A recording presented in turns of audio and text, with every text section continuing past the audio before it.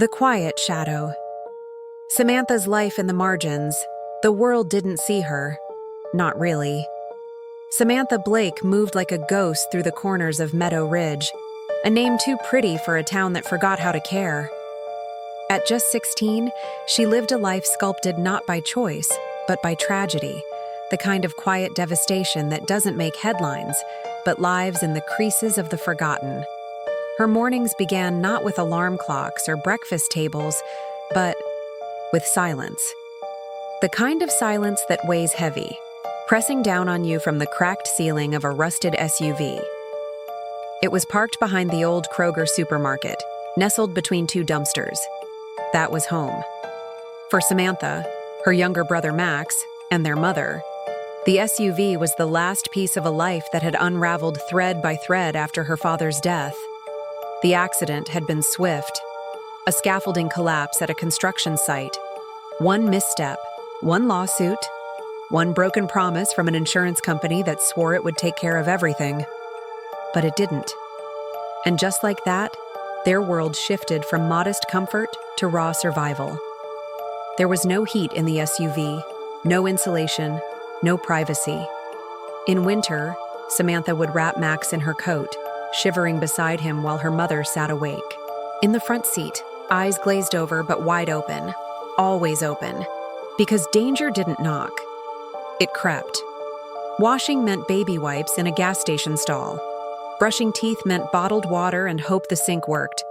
Clothes were scrubbed by hand and dried overnight inside the vehicle, always smelling slightly of old rain and ironed dreams.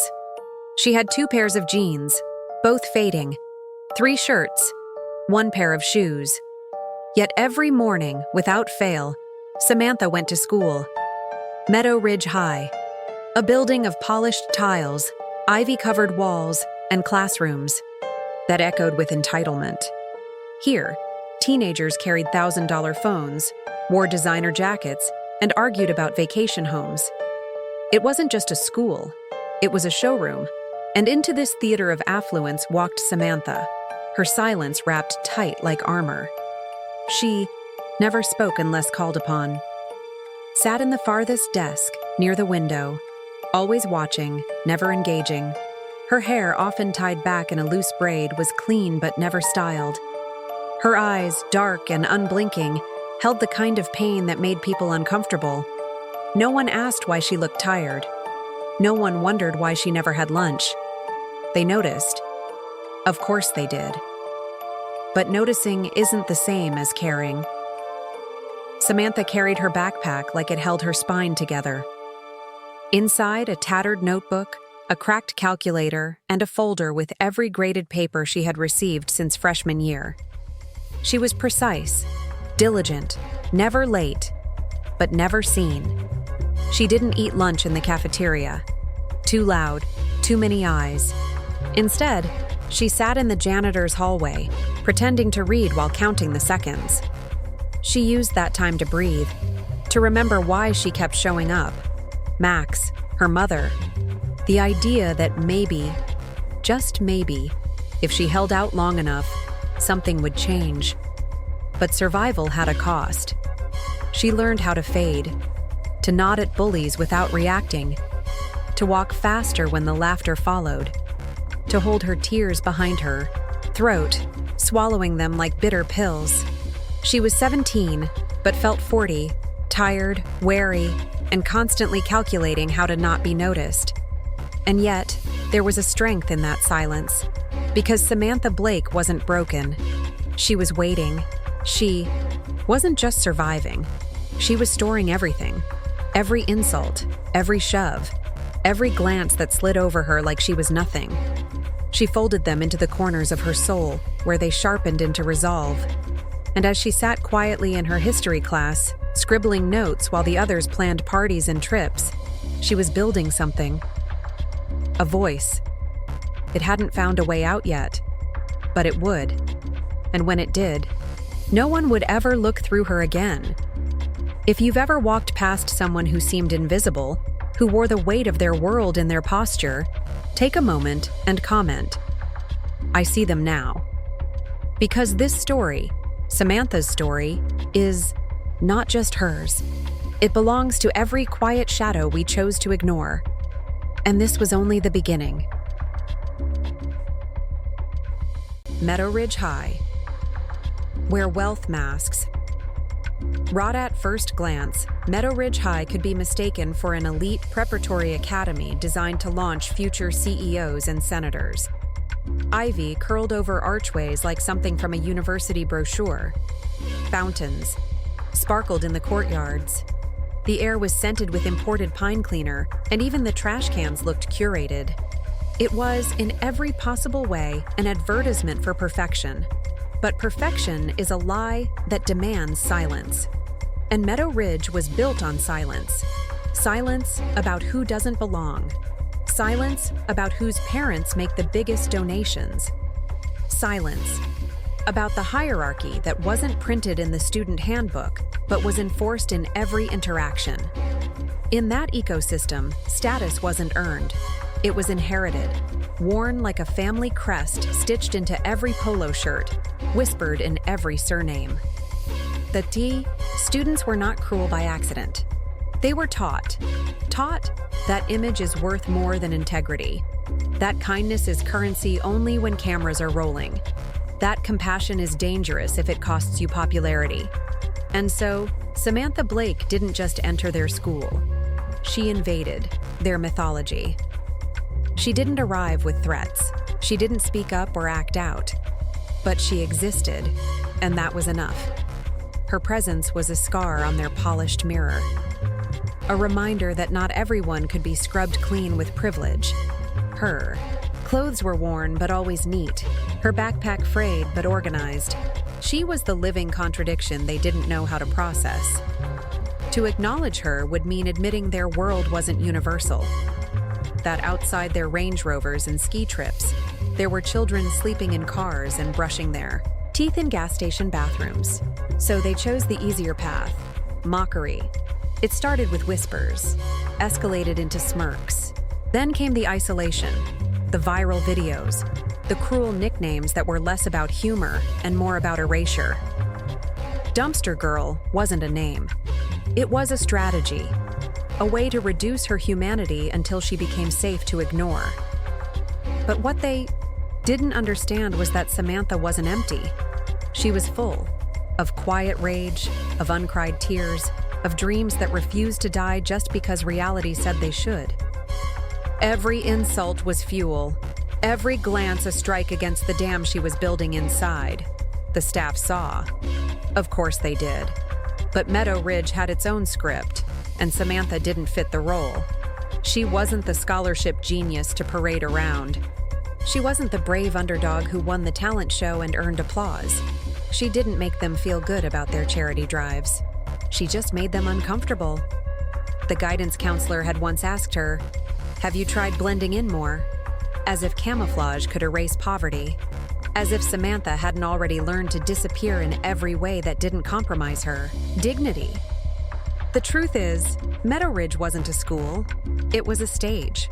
A play where everyone was acting, and Samantha was the unscripted line that threatened to collapse the entire performance. But the audience wasn't ready. So they booed. Silently, viciously, constantly. And behind all the cruelty was fear. Because Samantha, without even knowing it, was reminding them of something they had buried, that humanity is not aesthetic. That pain does not discriminate.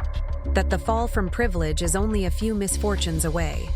They couldn't stand her, because deep down, they knew they were one tragedy away from becoming her. So they silenced her not to punish her, but to protect themselves. But truth does not stay buried, and Samantha Blake was learning how to dig. With every day she walked into that building, with every time she took her seat without breaking, with every second she refused to vanish, she was becoming the tremor beneath their foundation. The storm was coming. They just hadn't felt the first crack yet. Dumpster Girl. When bullying becomes spectacle, it began with a whisper, a passing comment in the hallway, a stifled laugh during roll call. One photo, grainy, zoomed in, taken without her knowing, of Samantha exiting the public restroom at the gas station near campus, her hair still wet from wiping it clean, her eyes downcast, her shoulders drawn in like she could make herself smaller than she already was. The caption on the post was simple: brutal, dumpster girl. She lives in a car. The image was shared in a private group chat first, but private doesn't exist. In the digital age, it only took one forward, one screen recording, one repost, and the floodgates opened. Within hours, Samantha's humiliation became Meadow Ridge's favorite form of entertainment. They mocked her smell. They mimicked her clothes in parody TikToks. One boy even walked through the hallway dragging a trash bag and shouting, "Samantha, you dropped your purse."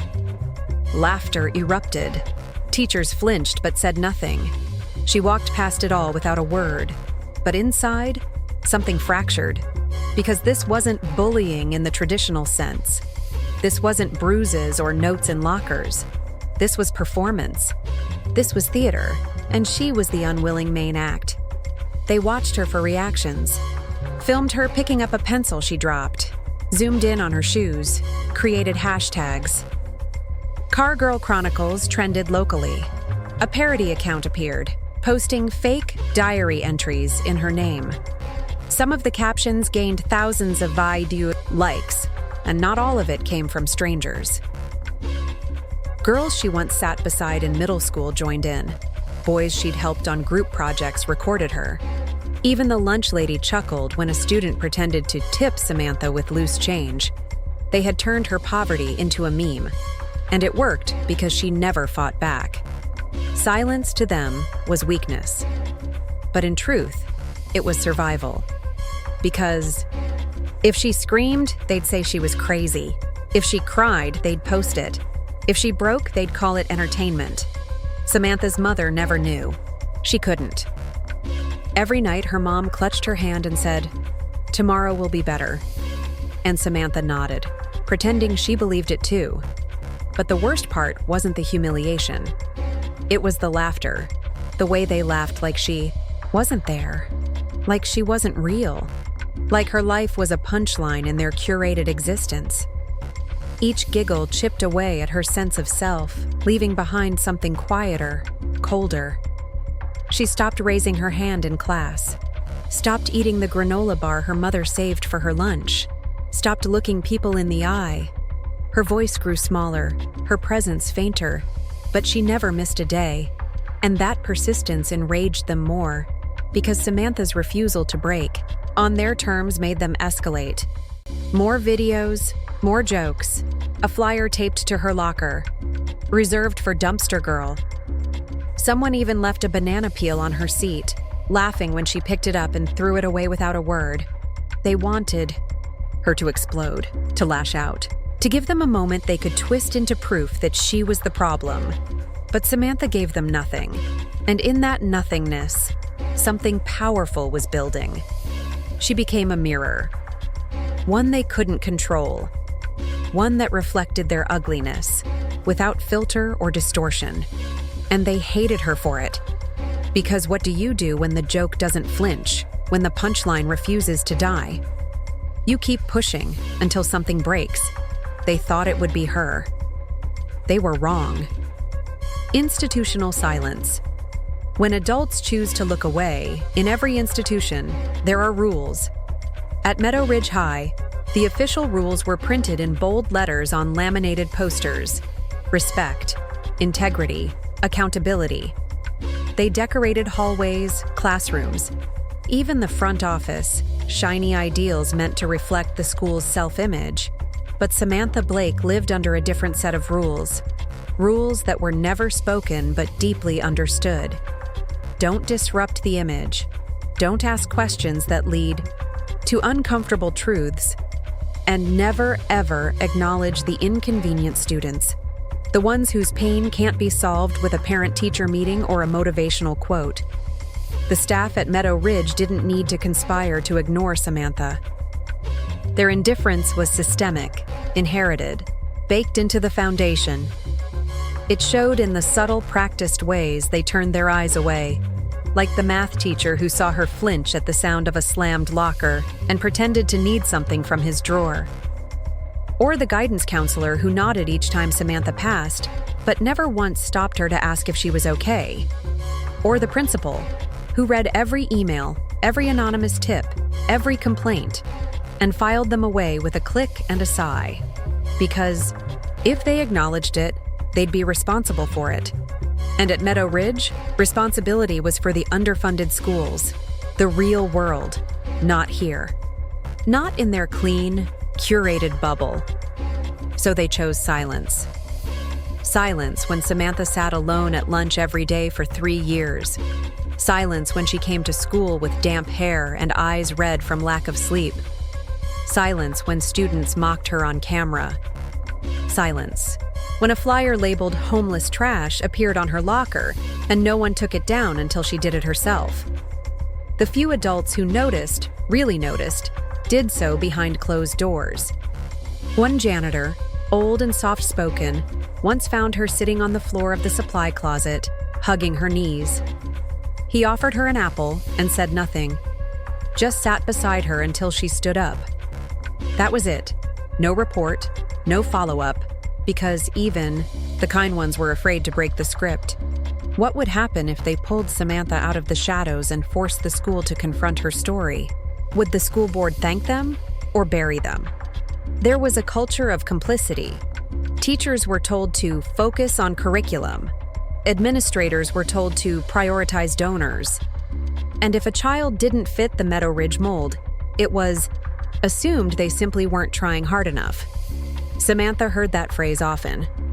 Try harder. As if her every breath wasn't an act of defiance. Try harder to smile. Try harder to make friends.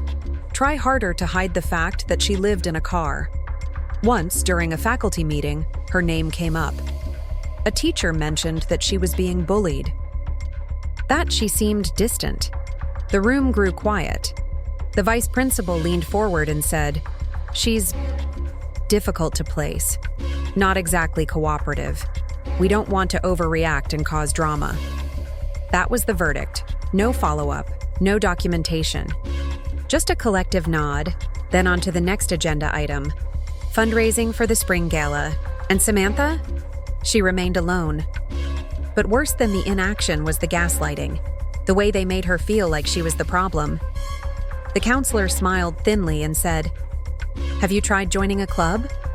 The history teacher suggested she speak up more in class to build confidence.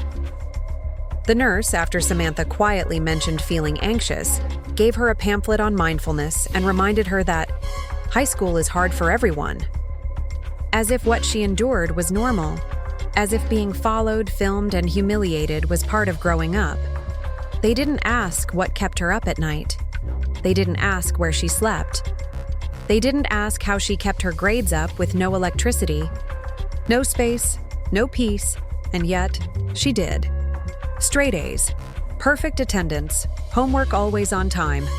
Never a complaint, because Samantha had learned the most important lesson Meadow Ridge ever taught. Do not give them an excuse to forget you faster. But the cracks were spreading. Each day she held herself together with willpower and routine. Each moment she walked through the halls like she was invisible. Because to the system, she was. And still, she showed up. Day after day. Test after test. Humiliation after humiliation. Until one day, someone offered her a slip of paper. Not a detention notice. Not a warning. An invitation to speak, to be heard, to finally tell the truth on her own terms. And that single act would unravel every silence that had held her in place. The theater teacher, a simple offer that changed everything. There are moments so quiet, so deceptively small, that the world barely registers them. No dramatic music, no lightning in the sky. Just a piece of paper passed from one hand to another. That was how it began. Not with a grand speech, not with a rescue, but with a quiet gesture in a hallway that always smelled faintly of paint and anxiety. The theater teacher's name was Ms. Kipling. She had taught at Meadow Ridge for years. Too long, some said, to still care. She wore scarves that didn't match and kept old playbills pinned to her bulletin board like sacred relics. Her classroom was always a little too warm, a little too cluttered, a little too honest. And she noticed things, not just lines in scripts or missed cues on stage. She noticed students who lingered after the bell, the ones who laughed too loud to cover silence, and the ones who never made noise at all. Samantha had never spoken to her. She had passed by her door every day, room B102, drama and expression, and never looked in. The students who took theater were loud, bold, beautiful. They wore confidence like glitter, walked with the ease of being seen. It wasn't a place for someone like Samantha, or so she thought. Until one Tuesday morning, as she walked toward her locker, she found Ms. Kipling standing there.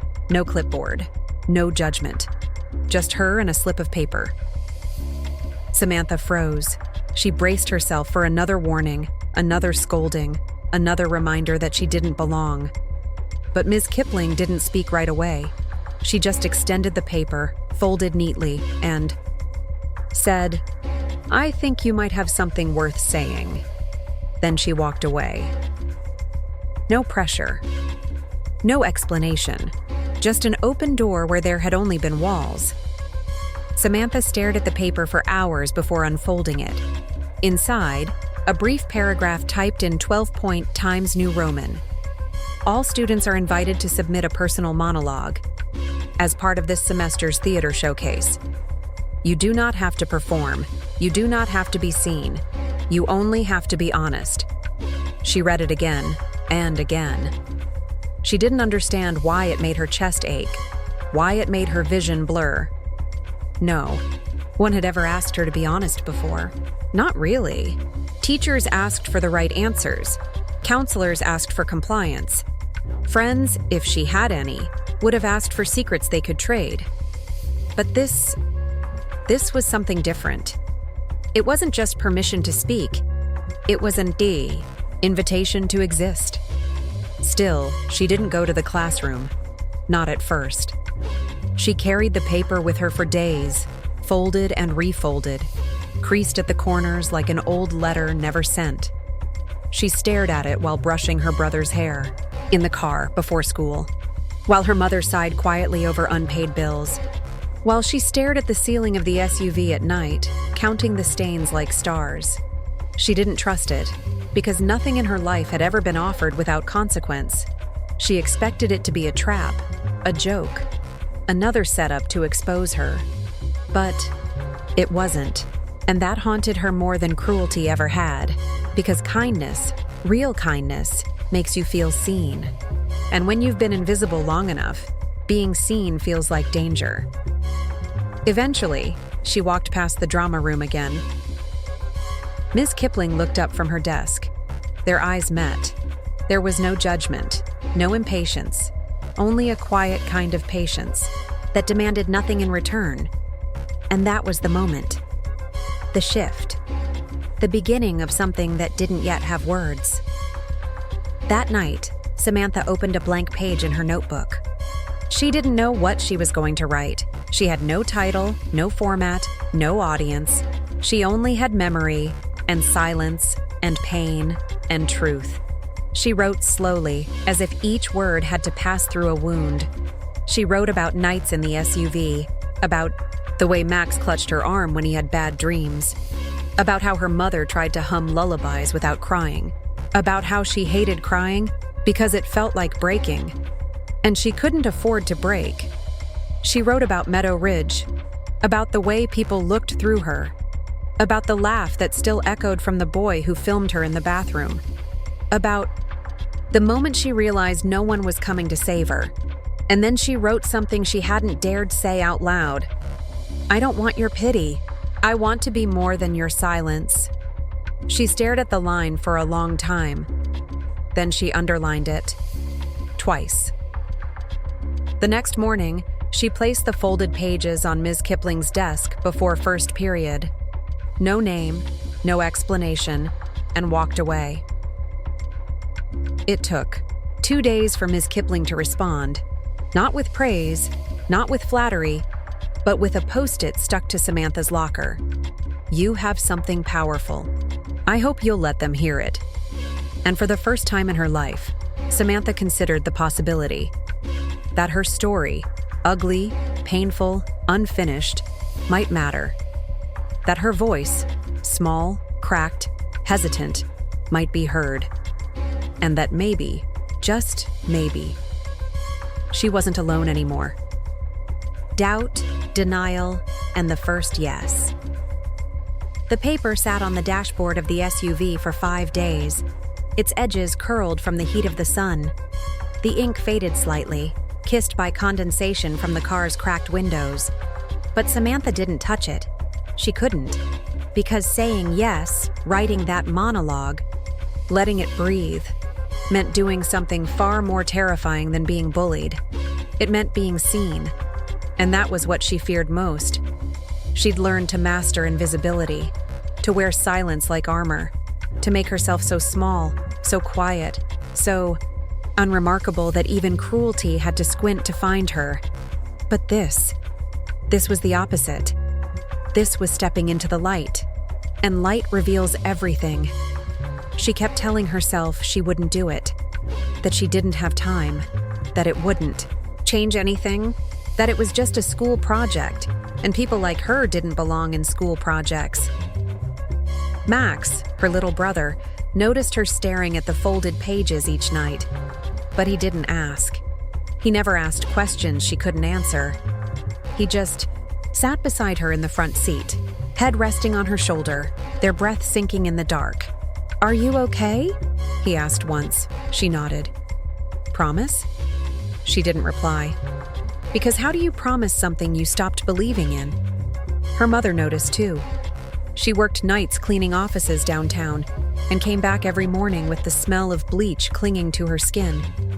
She didn't talk much anymore, just rubbed Samantha's back in silence as she drifted into exhausted sleep. "You've got something on your mind," she murmured once, eyes half closed. "Let it out before it eats you." But Samantha didn't know how. Words to her were dangerous. They were doors she had kept locked for years. Because when you grow up learning that speaking leads to judgment, that honesty invites punishment, that vulnerability is weakness, you forget how to speak at all. Still, something stirred. It began with a sentence, a single sentence, scratched into the margins of her notebook during English class. "They don't see me, but they stare." Then, another, "I've never screamed, but I have broken." And then more, written during lunch in the janitor's hallway where she always sat alone. "The silence isn't peaceful. It's punishment." The sentences came like fragments of a memory she hadn't allowed herself to remember, each word a tiny rebellion against the cage she'd built around herself. She didn't write for performance, she wrote for survival, because inside her, something was collapsing, and if she didn't let it out, she feared it might bury her. So, one night, with Max asleep in the back seat and the sound of rain tapping the roof, she took out a pen. The same pen she used to take notes in biology. The one that had run out of ink twice and was taped in the middle. She unfolded the original monologue invitation from Ms. Kipling. Then she turned to a blank page in her notebook, and she wrote, "My name is Samantha Blake. I live in a car.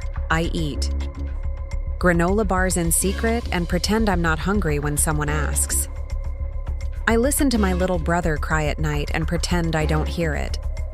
I walk through a school that looks like a palace, knowing I'll never be invited inside. I am mocked for the things I cannot change, laughed at for the clothes that were given, not chosen. I'm not angry. I'm tired. But being tired doesn't mean I'm weak, and being silent doesn't mean I don't have something to say." She didn't stop for an hour. The words poured out. Years of grief, rage, humiliation, hope, confusion, strength, all tangled together in the voice she had never dared let out. When she finished, her hands were shaking, not from fear, from release. She closed the notebook, pressed it to her chest, and cried. Not because she was broken, but because for the first time in so long, she felt whole. The next morning, she gave the notebook to Ms. Kipling without a word, just eye contact and a nod. Her first yes. It wasn't loud, it wasn't bold, it didn't come with a spotlight or a standing ovation, but it was hers, and in that fragile, trembling, defiant yes, Samantha Blake began to reclaim her voice. Show night. Laughter, judgment, and poisoned expectations. The night of the performance arrived like a storm you knew was coming, but still hoped would pass. The school auditorium was unrecognizable. Velvet curtains freshly steamed. Lights adjusted to cinematic precision. Parents in tailored coats and polished shoes took their seats beside faculty in stiff blazers. Students whispered in clusters, laughing, scrolling, gossiping. The showcase was titled Monologues of the Self, a pretentious name, Samantha thought. But then again, nothing at Meadow Ridge ever came without polish, even honesty. She stood behind the curtain, fingers trembling, the printed copy of her monologue folded in her coat pocket. She had read it 100 times, rewritten it a dozen, memorized every line. But that wasn't what scared her. What scared her was the sound of the audience, that buzzing anticipation. Not for her story, but for her failure. Word had gotten out. Someone saw her name on the performance list. The whispers had spread like gasoline on pavement, that she was performing, that the dumpster girl would take the stage. They didn't expect poetry. They expected a punchline. Someone even posted a countdown on social media.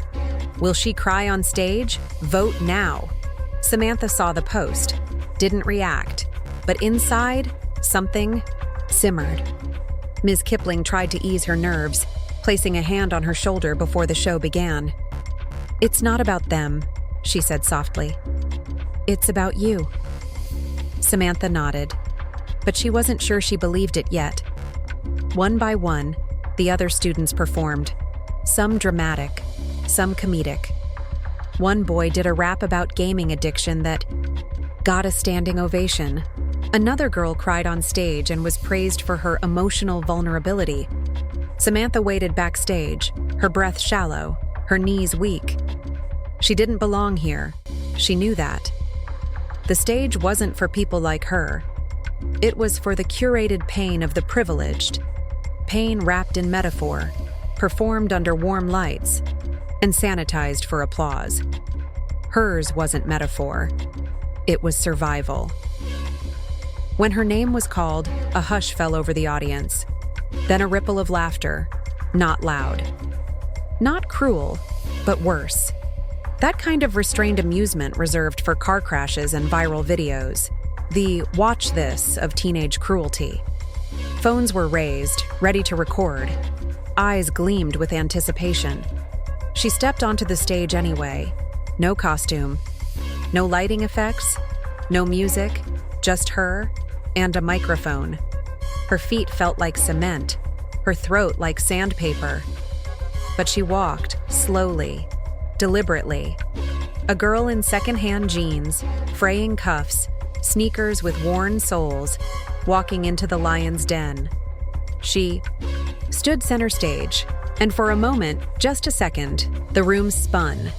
The rows of eyes, the whispers, the quiet smirks, the cold air conditioning blowing against her spine, then silence. She took a breath, held it, released, and said, "My name is Samantha Blake." No falter, no apology. The room didn't move. Some still expected her to crumble. Others waited for the joke, but there was no joke. Only the sound of her voice, steady and sharp, slicing through the air. I live in a car. A cough in the back, a stifled laugh near the front. She continued, I eat quietly, so my brother doesn't hear my stomach growl. I cry without sound, so my mother doesn't know I'm breaking. I walk these halls, and you see a ghost. But I am not a ghost. I am a mirror, and what you see in me is what you're afraid to see in yourselves. No one moved. Phones still held up, but lower now. Brows furrowed, mouths closed. You mocked me for where I sleep, but I watched you pretend you were happy in houses full of noise and absence. You laughed at my shoes, but I've walked further in these souls than some of you ever will with your perfect lives. And when you filmed me in the bathroom, when you shared my pain for likes, her voice cracked, but she did not stop. You didn't break me. You revealed yourselves. Silence, not the awkward kind, the heavy kind, the kind that sits in your chest like weight. She took one last breath. I am not your entertainment. I am your consequence. And she walked off stage. No applause.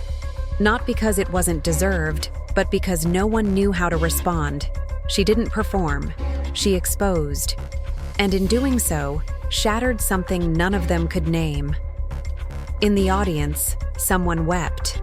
Another stood and left. A teacher buried her face in her hands, and for the first time in her life, Samantha Blake didn't feel small. She felt seen. She didn't wait backstage. Samantha walked past the velvet curtains, past the props, past the rows of costumes, and back into the dark corridor that led outside. Her heart pounded like thunder against her ribs, but her steps were even.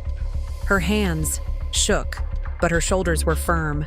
She didn't want applause. She didn't want validation. She wanted air. The night had fallen cold, crisp, unforgiving. The parking lot was quiet, lit by flickering yellow lights. She leaned against the brick wall, exhaling slowly, as if trying to empty years of poison from her lungs.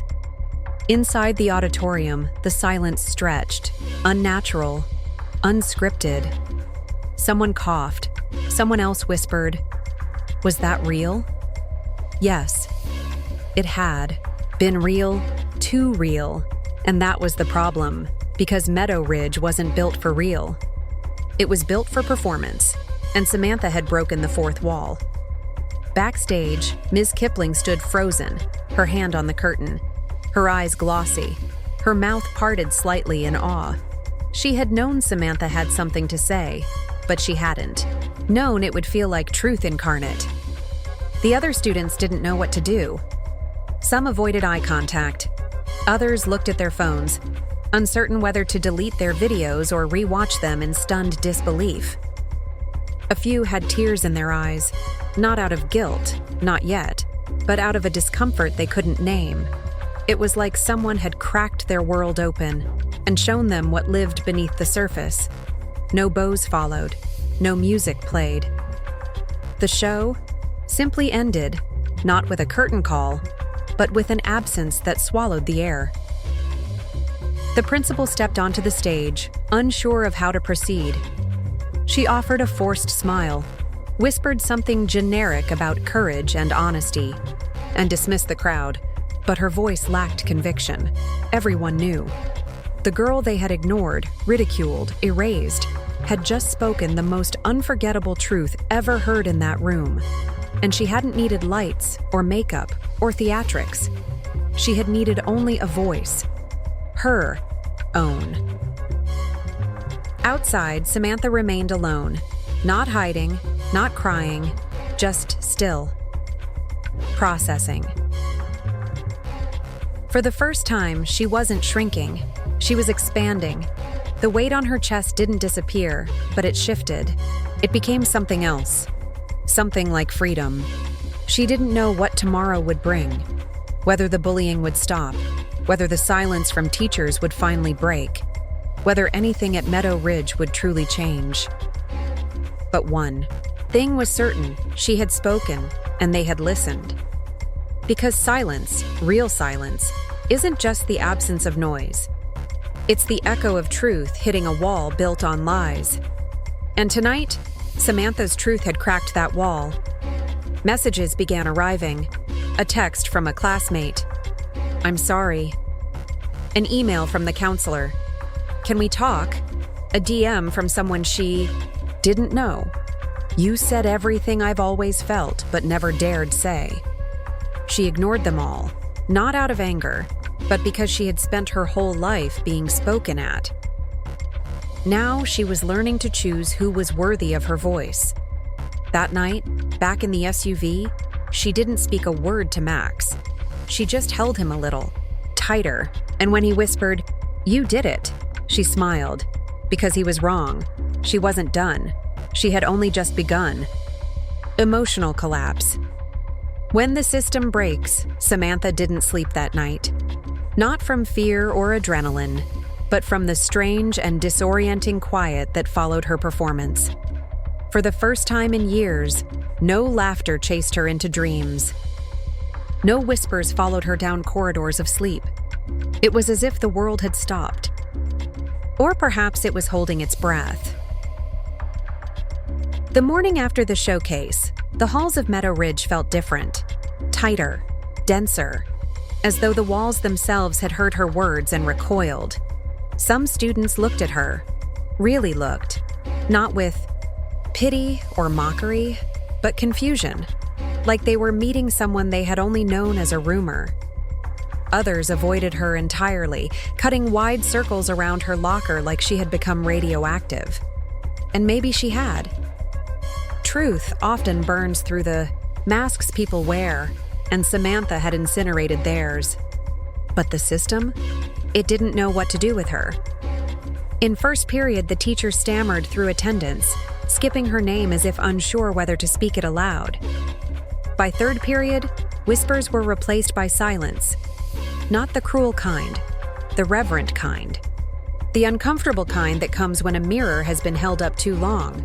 By lunch, the faculty had met twice. An emergency discussion behind closed doors, how to handle the fallout. Some suggested damage control. Others wanted to praise her, to make her the face of a new inclusion campaign. A few insisted it was a one-off, a blip, but it wasn't, because what Samantha had done wasn't just brave, it was indicting. She hadn't called out specific names.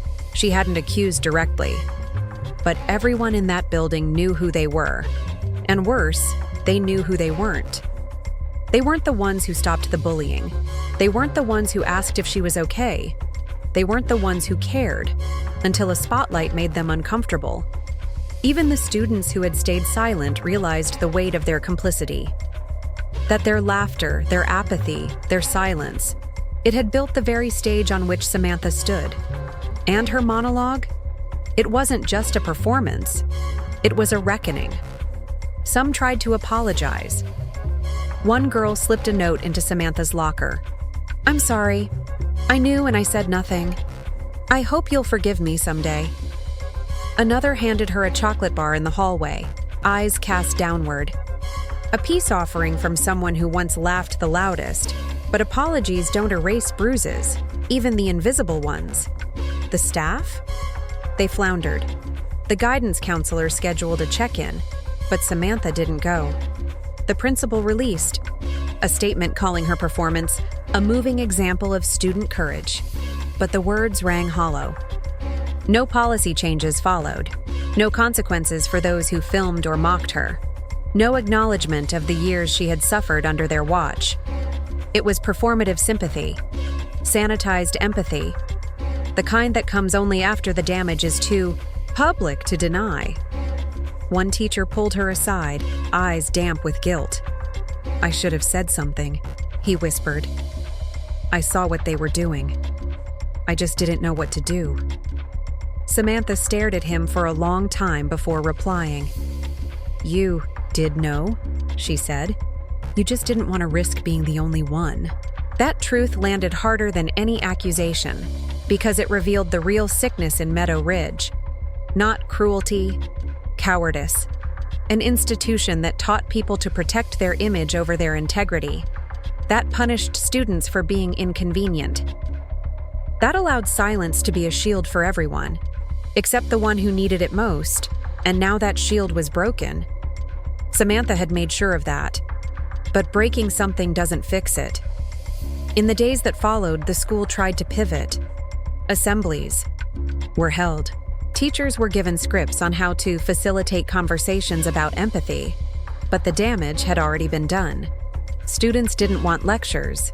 They wanted accountability. And Samantha? She didn't ask for praise. She didn't want a trophy. She didn't wear her truth like a badge. She wore it like skin, and it itched, burned, peeled back layers she wasn't ready to face. Because truth-telling isn't a release, it's a rupture. And in its aftermath, she felt raw, exposed, like the very thing that gave her power had also taken something from her. She cried in the SUV that night, not from sadness, but from something deeper. Exhaustion, of carrying silence for so long, of having to be strong when the world refused to be kind, of finally being heard, only to realize that being seen doesn't always mean being helped. Her mother held her close, stroking her hair. "You did the right thing," she whispered. "I know," Samantha replied. "But why does it still hurt?" Because healing always hurts before it heals. And the system? It had finally begun to crack. But systems don't break all at once. They shatter slowly, piece by piece, word by word, voice by voice. And Samantha Blake had just thrown the first stone.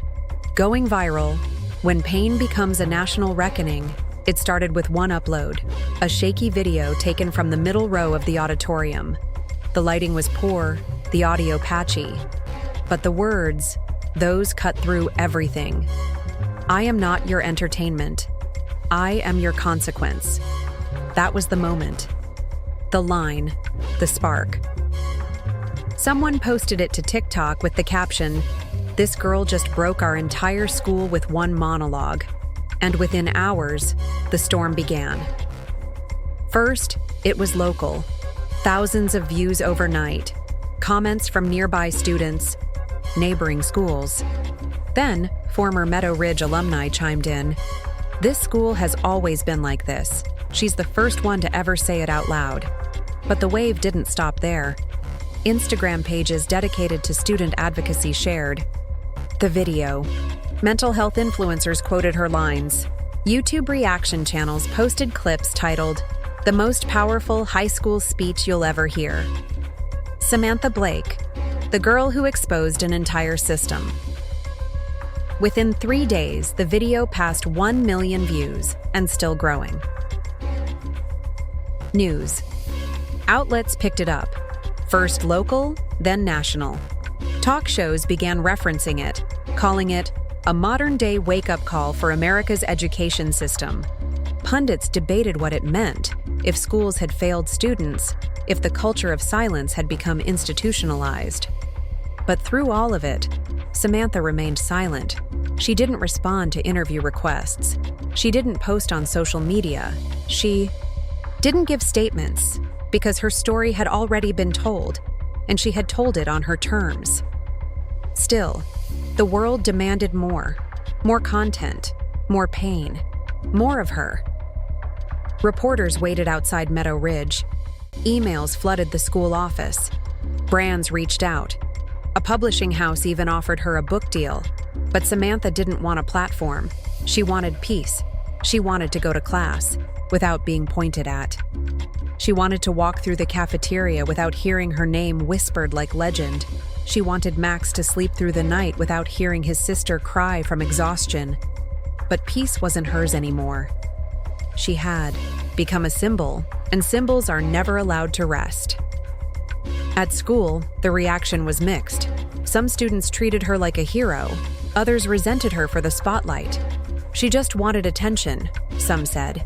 She's blowing it out of proportion. But they were losing the narrative, because now it wasn't just about Samantha.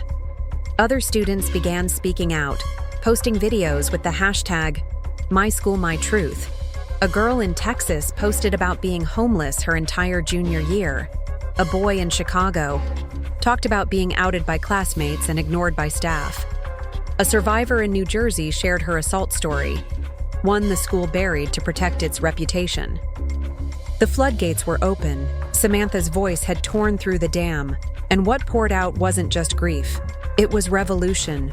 Organizations reached out. Mental health nonprofits, homeless advocacy groups, educational reform networks. They didn't just want to praise Samantha. They wanted to build with her. But Samantha didn't answer every call, because the world may have just discovered her. But she had been living this story long before it became content. At home, still the SUV, her mother's hands trembled each time she watched the news. "I'm proud of you," she whispered, again and again. But beneath her pride was fear, because attention comes with exposure, and exposure comes with risk. There were threats, messages laced with hate, accusations that she was lying, exaggerating, faking homelessness for fame. Even adults joined in. One news anchor mocked the video, calling her another Gen Z martyr, but the support far outweighed the hate.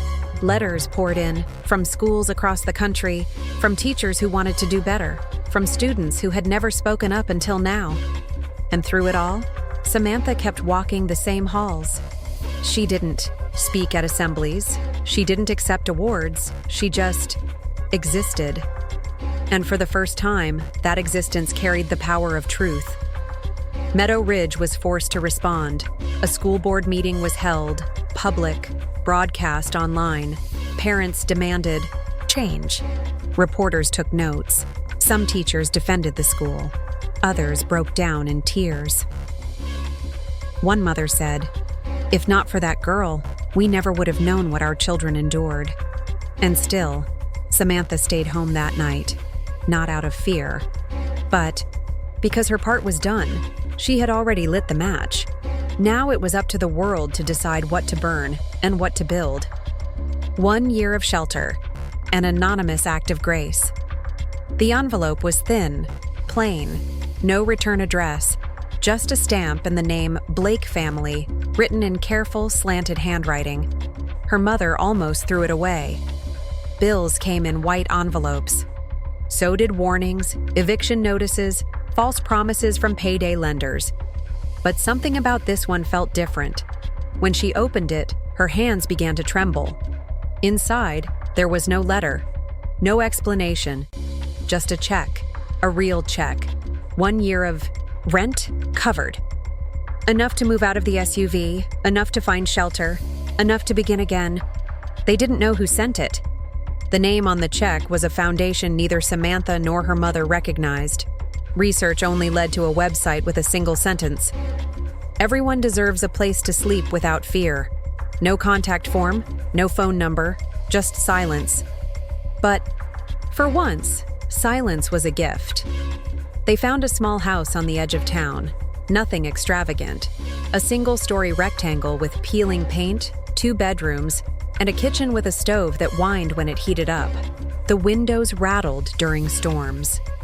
The porch light flickered, but it had locks that worked, a fridge that hummed quietly in the night, a bathroom with running water and a door that closed fully, a bedroom for Max, a bed for Samantha. That first night, she sat on the floor of her new room for a long time, knees pulled to her chest, listening to the creak of the wood under her. The air didn't smell like mold. No car alarms, no blinking dashboard lights, just silence. And for once, it didn't terrify her. It soothed her. Her mother stood in the hallway with tears in her eyes, holding a single photo frame, an old picture of Samantha and Max, taken before things fell apart. "We're here," she whispered. Samantha didn't reply. She just nodded, not out of indifference, out of reverence. Because survival had never left her space for celebration, only for exhalation. That night, she slept in a bed, a real bed, not a car seat, not a pile of coats, a mattress, sheets, a pillow. She cried, silently. The tears weren't loud, they weren't joyful, they were release, because after so many nights of holding herself together, just to keep her brother calm, just to keep the walls from caving in, she could finally fall apart. And no one would see, no one would film, no one would laugh. The next morning, Max ran barefoot through the house, giggling, shouting about how the floor wasn't cold. He opened every cabinet, played with the faucet, switched the lights on and off just because he could, and Samantha watched, a quiet smile on her face. Because this was the miracle. Not fame, not attention, not being quoted or painted on a wall, but this ordinary moment. The sound of her brothers' laughter in a house that belonged to no one but them. She didn't post about the move, didn't tell anyone at school, because it wasn't about validation, it was about breathing. And for the first time in years, she could. No more wondering where they'd park, no more eating in darkness, no more pretending her back didn't ache from curling into the back seat. She stood in the doorway of her new room and whispered, "Thank you." To whoever sent the check, to whatever force aligned the timing, to the version of herself who never gave up, to silence, for once, not as a punishment, but as peace. And yet, a quiet truth lingered in her chest. That money could buy shelter, but not safety. That a house could protect her body, but healing her heart would take time.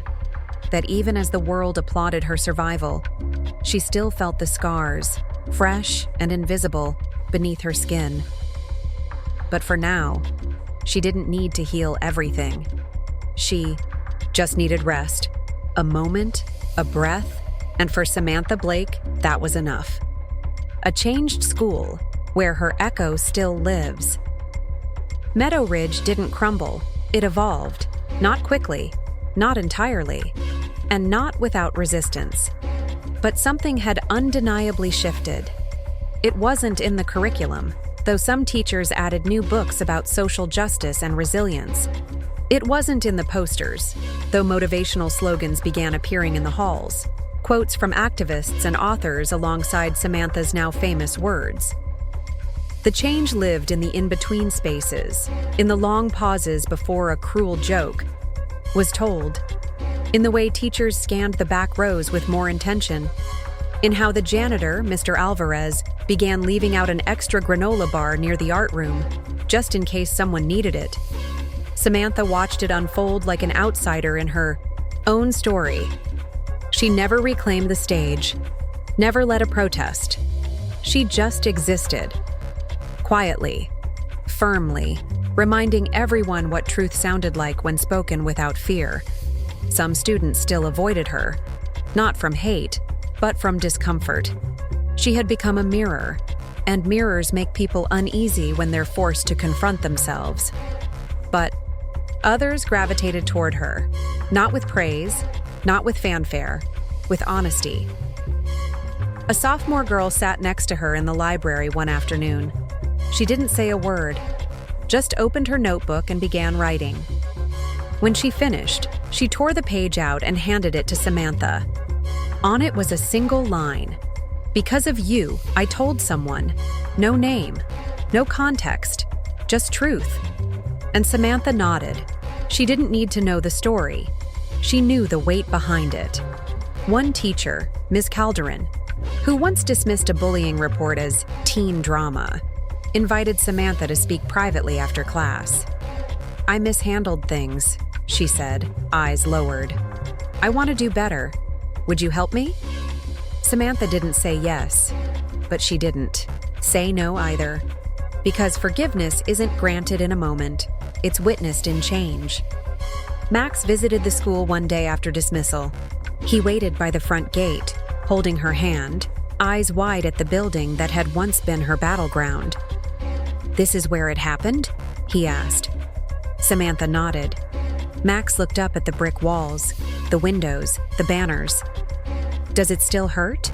She thought for a moment, then replied, "Sometimes. Because pain doesn't vanish. It integrates. It weaves itself into your memory, into the cadence of your steps, into the choices you make.